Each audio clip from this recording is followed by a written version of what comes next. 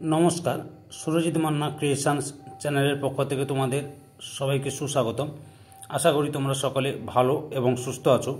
আমি তোমাদের জন্য এই ভিডিওটিতে তুলে ধরছি 2025 সালের উচ্চ মাধ্যমিক পরীক্ষার্থীদের জন্য এবিটিএ টেস্ট পেপার 2024-2025 এর পলিটিক্যাল সায়েন্সে যে সমস্ত পেজ রয়েছে তার মধ্যে আমি এই ভিডিওটিতে তুলে ধরছি এসি 173 নম্বর পেজের পলিটিক্যাল সায়েন্সের এমসিকিউ এসিকিউ প্রশ্ন সম্পূর্ণ সমাধান করছি। যদি চ্যানেলে নতুন হও তাহলে চ্যানেলটিকে সাবস্ক্রাইব করে চ্যানেলটিকে পাশের কথা থাকো এবং ডান দিকে বেল আইকন অল অপশনে গিয়ে প্রেস করে যাতে পরবর্তী ভিডিও নোটিফিকেশন পাও।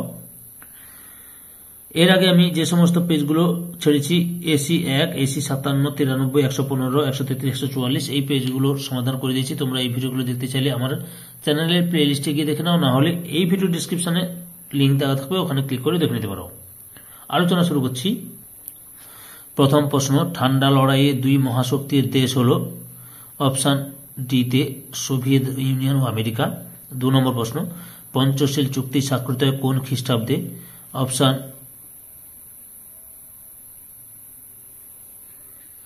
সঠিক উত্তরটি হল অপশান সিতে 1954 সালে। 3 নম্বর প্রশ্ন, দাঁতাত কথাটির অর্থ হলো অপশান এতে উত্তেজনা প্রশমন। 4 নম্বর প্রশ্ন, বর্তমানে সার্কের সদস্য সংখ্যা হলো অপশান বিতে 8। 5 নম্বর প্রশ্ন, বিদেশ নীতির প্রধান উদ্দেশ্য হলো অপশান সিতে জাতীয় স্বার্থ রক্ষা করা। The limits of foreign policy গ্রন্থে লেখক হলেন অপশান এতে চার্লস বার্টন মার্শাল। 7 নম্বর প্রশ্ন, নিরাপত্তা পরিষদের স্থায়ী সদস্যের সংখ্যা হলো অপশান সিতে 5। 8 নম্বর প্রশ্ন, সাধারণ সভাকে গল্প গুজবের আসর বলেছেন অপশান এতে গেটেল। 9 নম্বর প্রশ্ন, জাতিপুঞ্জের বাজেট অনুমোদন করে অপশান ডিতে সাধারণ সভা। তারপরে 10 নম্বরে, আন্তর্জাতিক বিচারালয়ের সদর দপ্তর কোথায় অবস্থিত? অপশান বিতে নেদারল্যান্ডের হেগ শহরে। 11 নম্বর প্রশ্ন, তত্ত্বগতভাবে সমতা স্বতন্ত্রীকরণ নীতির অস্তিত্ব রয়েছে অপশান সিতে মার্কিন যুক্তরাষ্ট্রে। 12 নম্বর প্রশ্ন, আমলা হল ড্যাশ শাসক? অপশান এতে স্থায়ী। 13 নম্বর প্রশ্ন, বহু পরিচালক বিশিষ্ট শাসন ব্যবস্থার উদাহরণ হল অপশান এতে সুইজারল্যান্ড।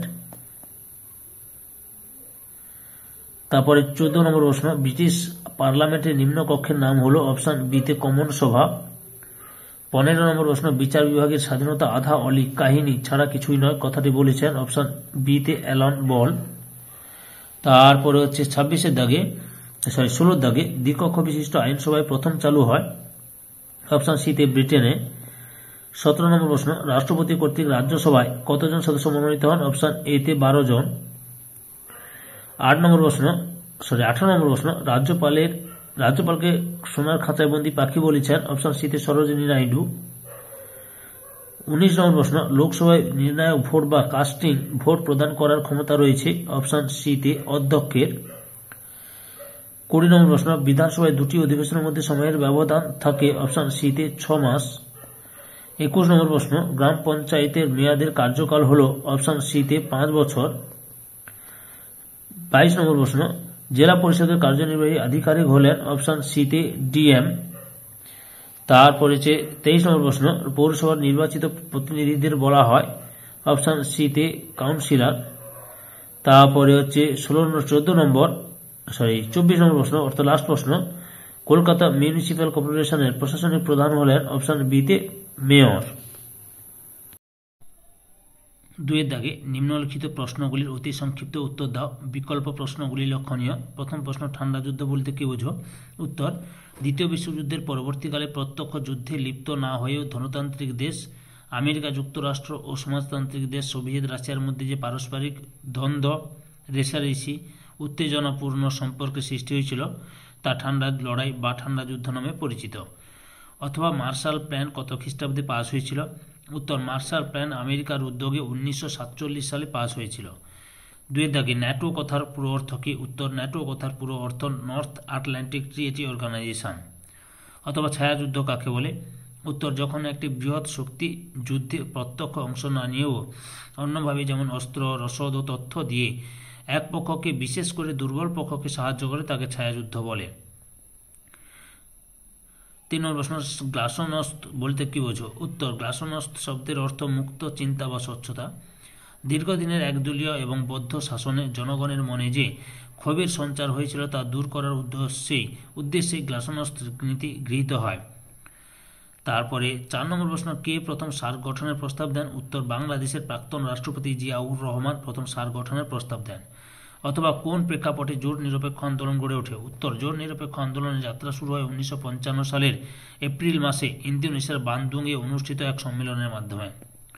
জোট নিরপেক্ষ আন্দোলন উন্নত ও উন্নয়নশীল দেশের মধ্যে অসমতা দূর করতে শক্তিশালী ক্ষেত্র হয়ে উঠতে পারে।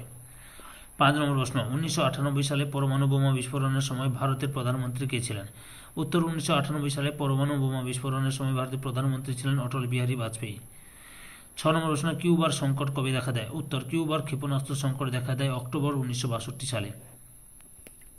7 নম্বর প্রশ্ন, সম্মিলিত জাতিপুঞ্জের প্রথম মহাসচিব কে ছিলেন? উত্তর, জাতিপুঞ্জের প্রথম মহাসচিব ছিলেন ট্রিগভি লি।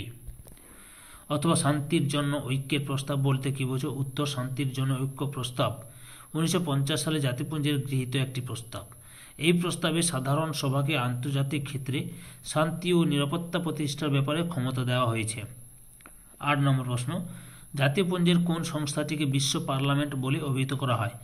উত্তর, জাতিপুঞ্জের সাধারণ সভা বিশ্ব পার্লামেন্ট নামে পরিচিত।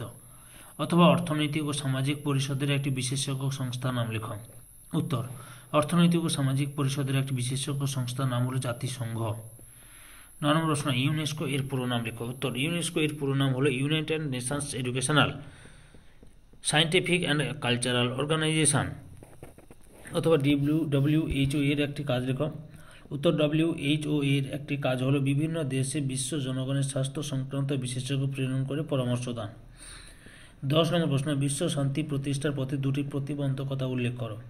উত্তর, বিশ্ব শান্তি প্রতিষ্ঠার পথে দুটি প্রতিবন্ধকতা হলো, 1 নম্বরে বিশ্ব শান্তি প্রতিষ্ঠার ক্ষেত্রে বর্তমানে সবচেয়ে বড় প্রতিবন্ধকতা হচ্ছে অর্থনৈতিক অসমতা। 2 নম্বরে সীমান্ত জটিলতা বিশ্ব শান্তির সামনে একটি প্রধান বাধা। 11 নম্বর প্রশ্ন, নাম সর্বস্ব ও প্রকৃত শাসকের মধ্যে পার্থক্য কী? উত্তর, সাধারণত সংসদীয় শাসন ব্যবস্থায় সংবিধান অনুসারে দেশের যাবতীয় শাসন ব্যবস্থা বা ক্ষমতা একজন শাসক প্রধানের হাতে থাকে এবং তার নামে শাসন কার্য পরিচালিত হয়, কিন্তু বাস্তবে তিনি কোনো ক্ষমতা ভোগ করেন না, তাকে নাম সর্বস্ব শাসক বলে। কিন্তু অপরদিকে যিনি বাস্তবে ক্ষমতা ভোগ করেন তাকে প্রকৃত শাসক বলে। অথবা কখন শাসন বিভাগ অর্ডিন্যান্স জারি করতে পারে? উত্তর, সংবিধান অনুসারে সংসদের অধিবেশন বন্ধ থাকাকালীন সময়ে জরুরি প্রয়োজনে রাষ্ট্রপতি অধ্যাদেশ জারি করতে পারবেন। 12 নম্বর প্রশ্ন, এক কক্ষ বিশিষ্ট আইনসভার পক্ষে দুটি যুক্তি দাও। উত্তর, আইনসভা এক কক্ষ বিশিষ্ট হলে স্বৈরাচারী আইন প্রণয়নের সম্ভাবনা থাকে। আইনসভার উচ্চ কক্ষ না থাকলে একজন নিজের মতো করে প্রণয়ন করতে পারে। 13 নম্বর প্রশ্ন, ভারতের রাষ্ট্রপতি নির্বাচনে কারা ভোট দিতে পারেন? উত্তর, রাষ্ট্রপতি নির্বাচনে লোকসভা, রাজ্যসভা এবং রাজ্যগুলির বিধানসভার সদস্যরা তাদের ভোট দেন। 14 নম্বর প্রশ্ন, ভারতের প্রথম আদিবাসী মহিলা রাষ্ট্রপতিকে?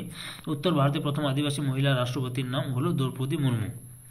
অথবা ভারতের রাষ্ট্রপতি কার কাছে পদত্যাগপত্র দিতে পারেন? উত্তর, ভারতের রাষ্ট্রপতি উপরাষ্ট্রপতির কাছে পদত্যাগপত্র দিতে পারেন।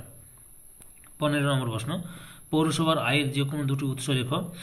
উত্তর, পৌরসভার আওতাধীন বাড়িঘর, দালান কোঠা, ব্যবসায়িক প্রতিষ্ঠান, বিভিন্ন ধরনের লাইসেন্স, পারমিট, সার্টিফিকেট থেকে পৌরসভা আয় করে থাকে। তারপরে 16 নম্বর প্রশ্ন, গ্রাম পঞ্চায়েতের বাজেট অনুমোদন করেন কে? উত্তর, গ্রাম পঞ্চায়েতের বাজেট অনুমোদন করে জেলা পরিষদ। অথবা গ্রাম পঞ্চায়েতের সভায় কে সভাপতিত্ব করেন? উত্তর, গ্রাম পঞ্চায়েতের সভায় সভাপতিত্ব করেন গ্রাম পঞ্চায়েত প্রধান বা উপপ্রধান। সম্পূর্ণ ভিডিওটি দেখে আমার চ্যানেলের পাশে থাকার জন্য তোমাদের সবাইকে অসংখ্য অসংখ্য ধন্যবাদ।